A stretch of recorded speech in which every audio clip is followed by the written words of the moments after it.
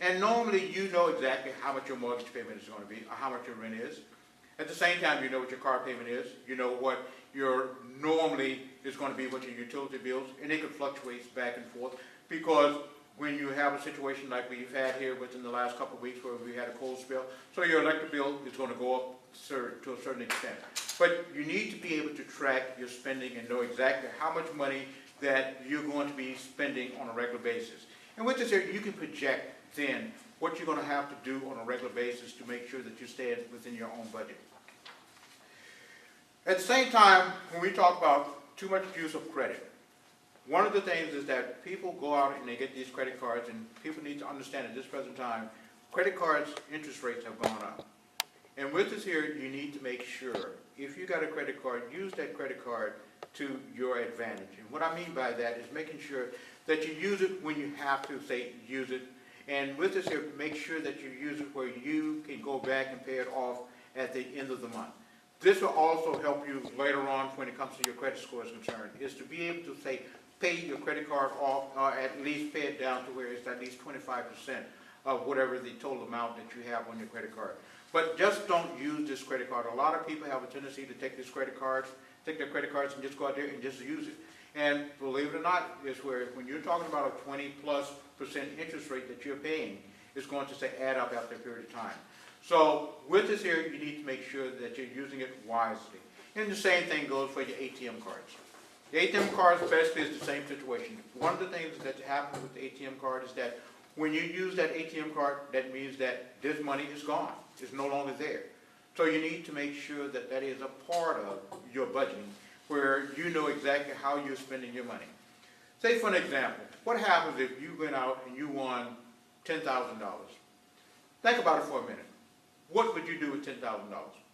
I know some people will say, well, I would go out and I would go buy this new dress, or buy this new suit, or I would even say, think about taking a vacation. What you need to think about when you're talking about this $10,000 is just a suggestion. Is go ahead and pay any of your credit cards or any outstanding bills that will be able to, that you will be able to pay for within that $10,000. Take $2,000 or $3,000 of those dollars and put them aside. Put them into a savings account because you need to make sure that you're going to have something for a rainy day because the $10,000 is not going to be there forever. So you need to take those things under consideration. You know, people says, hey, I got $10,000. I can go out there and I can have a good time. There's nothing wrong with having a good time, but at the same time, you need to make sure that you're taking care of your necessities. One of the things that we all have problems with is that there is no provision set aside within our budget for large expenses.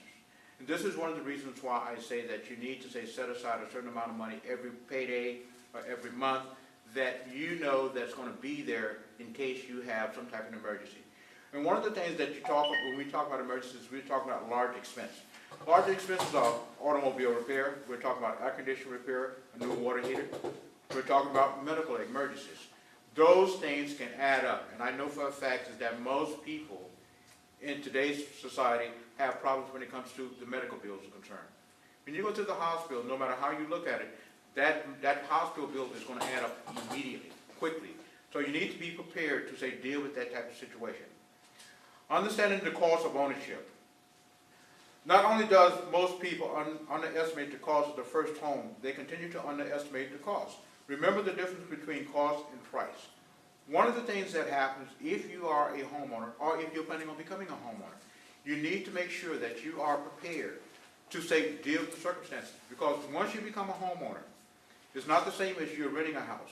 When you're renting a house, basically with that situation, you don't have to worry about, going in and doing certain repairs.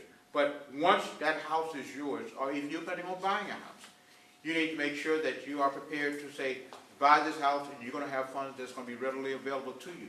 Because one thing for sure, the first time you buy a home, you're going to always end up having to put some additional money into this home. So be prepared to have money set aside to take care of these bills and these expenses. One of the things that we also talk about is that there is what you call a spending leaks. Sometimes it's the little things that adds up. Stopping the small spending leaks in your life may amount to significant savings over a time frame. And when they talk about spending leaks, basically we're talking about when you go out there and you're buying an item here, you're buying an item there that you don't really need. You need to stop and think about, do I really need this, purchase this item? Is it a necessity? Is it going to say, serve a purpose at this time frame? Of course, it is something good to have, but at the same time, is it something that you really need? So these are the type of things that makes a big difference. The other items that basically could be considered as a spending leak is that such things as turn off the TV. No matter how you look at it, you go to most people's homes at this present time, they got a TV in every room.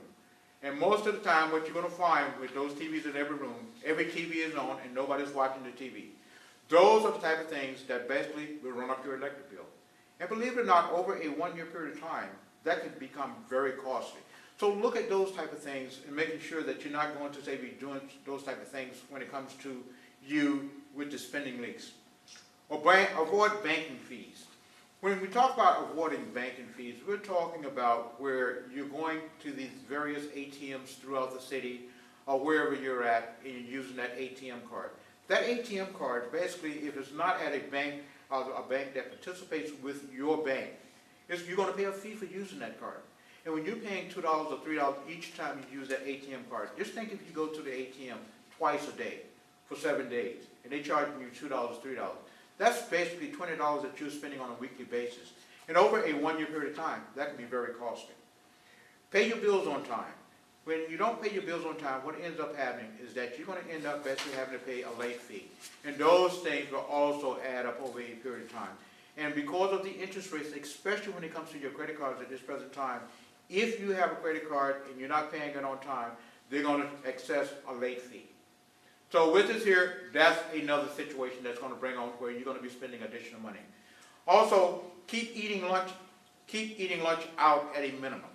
When you're talking about going out eating lunch, believe you and me, that can cost you over a period of time. And I'm not telling you to stop doing certain things. I'm just telling you to say curtail or cut back on the number of things that you do on a regular basis. Because what we're trying to do here is establish a budget plan for you. If you don't start, say, budgeting your money at this time frame, eventually it's going to catch up with you, which basically is going to, say, end up being very costly. So we need to, say, stop and take a look at how we're going to, say, deal with this situation when it comes to us doing our budget. So with this here, what we will be covering in the next session is other items and things that we need to do to, say, maintain our budget. So with this here, just pay attention, and I think that you will be able to learn something today. Thank you.